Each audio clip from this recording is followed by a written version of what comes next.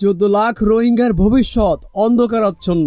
এবারের ঈদ মাতৃভূমি মিয়ানমারে উদযাপনের স্বপ্ন দেখিয়েছিলেন প্রধান উপদেষ্টা ডক্টর মোহাম্মদ ইউনূস।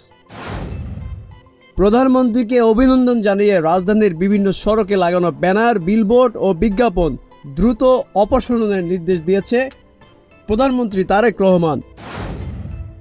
চলমান মধ্যপ্রাচ্যের সংকটের কারণে গতকাল পর্যন্ত হযরত শাহজালাল আন্তর্জাতিক বিমানবন্দরে আটকে ছিল প্রায় 2000 যাত্রী।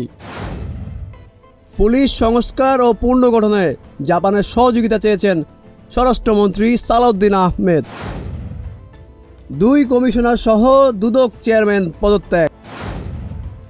যুক্তরাষ্ট্র ইসরায়েলের সঙ্গে ইরানের যুদ্ধে জ্বলছে গোটা মধ্যপ্রাচ্য। যুদ্ধের আগুন ছড়িয়ে পড়েছে তেহরান থেকে মধ্যপ্রাচ্যের অন্য দেশগুলোতে। ইরান ইসরায়েল যুক্তরাষ্ট্রের যুদ্ধের কারণে বন্ধ হয়ে গেছে হরমুজ প্রণালী। অস্ট্রেলিয়ার সিডনিতে বাংলাদেশের নারী ফুটবলাররা বেশ প্রশংসা কুড়িয়েছেন।